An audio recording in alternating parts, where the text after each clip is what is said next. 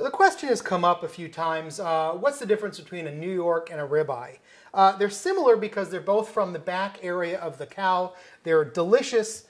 They've got a nice, firm, meaty texture, but they are different.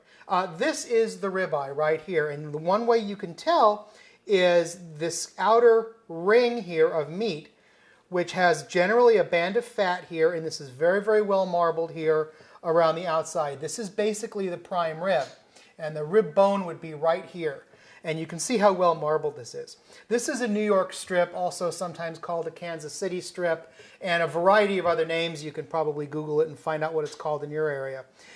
It's got a firmer texture. Some people say it tastes a little beefier.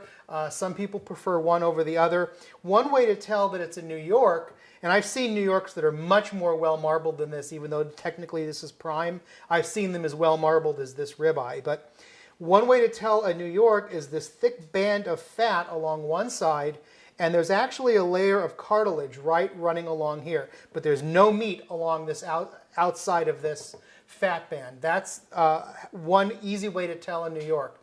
The New York is part of a T-bone. When you get a T-bone or a porterhouse, one side of it, the large side, will be the New York strip. The small side will be the tenderloin or the filet mignon. When you take the bone out of it completely, you have the two separate steaks, and you have the New York strip. One thing I like to do sometimes with the New York strip is actually trim this piece off completely before I cook it, because if it gets all nice and crusty and brown but you can't eat it, what's the point? It's a little difficult to do. Restaurants don't do that. And also, when you're done trimming this off, you might end up with a slightly oddly shaped piece of meat. This fat sort of goes in here, and there's this little divot that goes in here, and it might end up being a little bit of a bizarre shape. So the trimming is perfectly up to you. But again, ribeye, New York, both delicious, but not exactly the same. I urge you to try them both.